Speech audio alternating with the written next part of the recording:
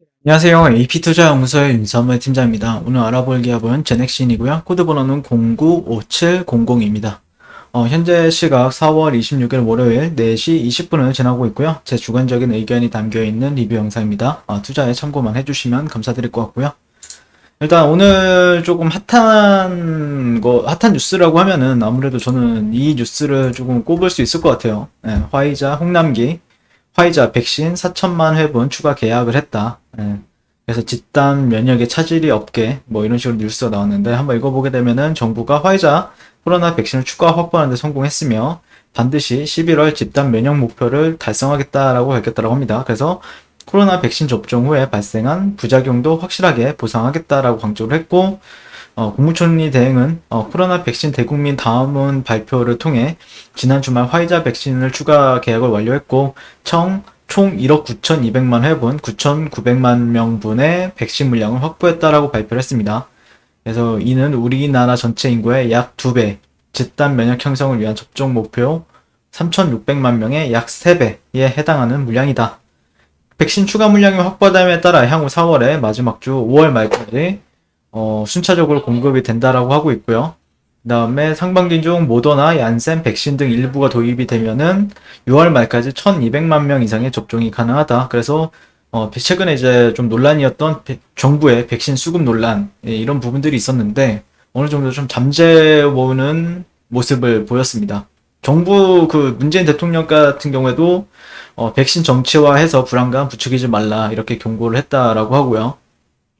그럼에 따라서 오늘 뭐 제넥신을 포함해서 뭐 진원생명과학, 셀리드, 뭐 유바이오로직스 이런 종목들도 전반적으로 다 좀 조정이 들어가는 흐름이죠. 근데 진원생명과학 같은 경우에도 보면은 이 매물대가 좀 약간 저항대로서 이제 영향을 받는 모습이고, 셀리드 같은 경우에도 보시면은 직전 고가 매물대, 그 다음에 유바이오로직스 같은 경우에도 음, 네, 여기, 이 라인을 기반으로 해서 좀 조정을 받고 있고, 제넥신 같은 경우에도 조금, 어떻게 보면은, 그래도 선형묶음은 한번 돌파가 나오는 흐름이어서, 한 번 정도는 더 치고 가지 않을까라고 기대를 해봤는데, 오늘 그러진 못했고요. 네. 그래서 뭐, 여러 가지, 근데 제가 볼 때는, 글쎄요, 일단, 뭐, 지금 논란은 논란이고 실제 백신이 도입이 된다라고 해서 뭐 또 추가적으로 문제점은 계속해서 발생이 될 수 있다라는 관점이기 때문에 우리나라도 자체적으로 계속해서 백신 개발에 신경을 쓰지 않을까, 이번을 계기로 해서 그렇게 바라보고 있고, 제넥신도 그에 따라서 뭐 잘 진행이 된다라고 하면은 일단 우리나라에서 첫 번째 백신이 하나도 없다. 백신이 하나도 없다라는 게 지금 첫 번째 백신이 결국엔 되긴 될 거거든요. 네, 되긴 될 건데, 얼마만큼 또 정부에서 지원을 해주고, 그리고 뭐 백신 접종을 한다라고 해도 그 코로나 사태가 없어진다, 그런 것보다는, 근데 좀 아쉽긴 하죠. 정부가 좀 약간 실수를 해줘야, 제넥신 같은 경우에는 좀 주가가 올라갈 수 있지 않을까라고 생각하는 부분이 있는데, 그 외에도 이제 제넥신이 가지고 있는 모멘텀은 여러 가지가 있죠. 이것도 있고, 키트루타 자궁경부암 키트루타 병용 임상 아스코에서 구두 발표가 된다라는 이슈도 있고, 현재 이건 말고도 지금 제넥신이랑 그 코이뮨 나스닥 상장이 또 있죠. 이거 이런 이슈도 있기 때문에 아마 좀 개별적인 모멘텀을 그 사이에 기간 조정을 어느 정도 보내면서 준비는 좀 하지 않았을까. 다만 가격적으로 본다라고 했을 때는 오늘 좀 못 치고 올라간 게 좀 아쉽긴 해요. 치고 올라가지 못한 움직임.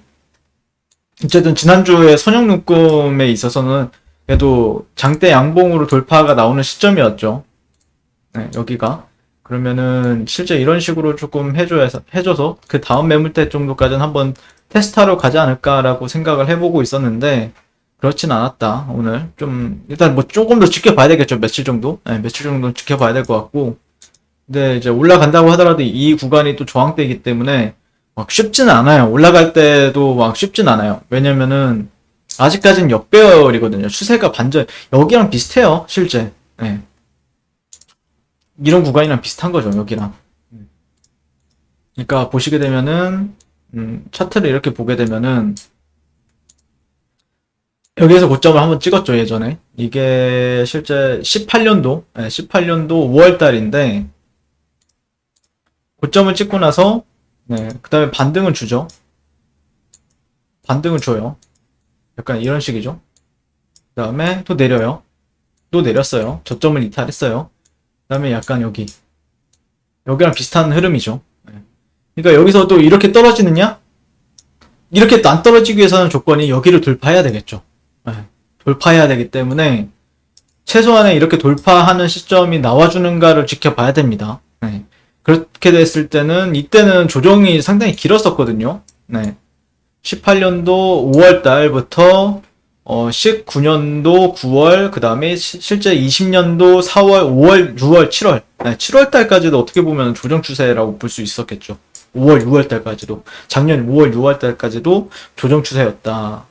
그렇게 됐을 때는 실제 그러니까 거의 2년 동안 조정을 보였었는데 그 다음에 이제 단기적으로 한 몇 달 안에 이제 슈팅이 나왔던 부분이 있는데 만약에 이 종목이 제넥신이 올라갈 주식이라고 하면은 실제 이렇게 저항을 받더라도 여기를 좀 희석을 시키면서 가야 조금 긍정적인 흐름이 발생이 될 수 있다. 이 정도로 좀 보여집니다. 지금 가격적인 부분들. 그러니까 여기가 얼마나 중요한 구간인지 조금 인지를 할 수 있는 대목이죠. 여기가 얼마나 중요한지. 그러니까 이런 구간을 결국에 돌파해야 심리적으로는 조정을 받아도 매수세가 유입이 된다라는 게 특징이기 때문에 또 얼마만큼의 이런 뭐냐 백신, 코로나 백신 외에도 이런 부분들이 얼마만큼 시장에서 기대감으로 작용하느냐. 근데 요즘에 좀 제약바이오주들이 전반적으로 좀 약세를 물론 개별적인 모멘텀이 있는 종목들은 조금 올라가주는 흐름인데 전반적으로 좀 제약바이오 예전 작년도랑 좀 느낌이 좀 틀리죠. 작년에는 어떤 임상 일상, 뭐 코로나 치료제 임상 일상, 백신 임상 일상만 나와도 슈팅을 줬던 거와 달리 지금은 이제 화이자를 화이자 아스트라제네카 백신을 도입한다. 이런 수급 논란이 있으면은 올라가는 거고, 이게 잠재워지면 조금 조정을 받는 이런 흐름인데, 과연 어떻게 이제, 이런 거는 시황이라고 하죠. 이런 건 시황이기 때문에, 시황도 계속해서 보시다 보면은, 분명히 또 정부에서 보시면은, 이렇게 한다라고 해도, 나중에 가면은 아무것도 이루어진 게 없다. 그러면은, 실제, 이제 뭐 이렇게 얘기는 하죠 계속해서 뭐 우린 문제 없다 뭐 이렇게 지금 얘기하는데 나중에 보면은 또 아무것도 안 되어 있대요. 예전에 그러니까 이게 코로나 백신 제외하고 다른 이제 섹터가 이제 예전에도 말씀드렸지만 5G가 대표적이라고 했죠 실제. 그러니까 5G가 실제 그런 우리나라에서 이제 5G가 이제 통신 장비가 쓰여질 거다라고 하면서 뭐 KMW 뭐 에이스테크 이런 종목들이 상당히 좋은 흐름을 보였었거든요. 네. 보시죠. 근데 실제 우리나라에선 5G를 도입이 되긴 했지만 핸드폰에서 쓸 수는 있게 되었지만 실제 5G에서 5G도 그러니까 우리가 생각했던 거 그러니까 한 몇 배 빠른 거 지금 사용하는 인터넷보다 몇 배 빠른 걸 하려고 하면은 이런 통신 장비를 설치를 해놔야 되거든요. 근데 정부에서 전혀 된 게 없다라고 하더라고요. 그러니까 실제 가봐야 되는 부분이에요. 실제 이게 잘 됐다라고 얘기를 해도 또 안 될 수도 있는 부분들도 있는 거고 그렇기 때문에 뭐 결국에는 정부에 대한 신뢰도가 문제가 되겠죠.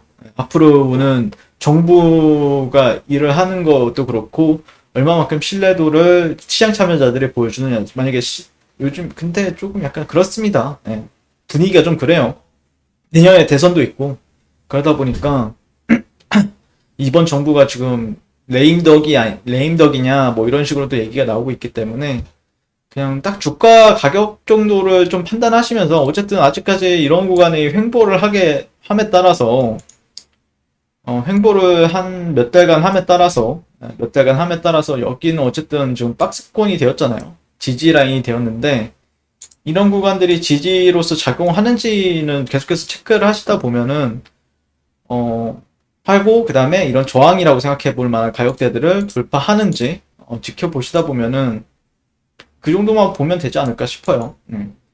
그렇다고 해서 갈 자리에서 못 갔느냐 그런 것도 아니기 때문에 아직까지는 조금 더 지켜보시면 되지 않을까. 다만 오늘 외국인이랑 기관 쪽에서는 좀 던졌다 라는 거는 그리고 개인 투자자들이 근데 이게 개인 투자자들이 샀다라고 해서 잘못 샀느냐? 그렇게 보이지도 않거든요. 네.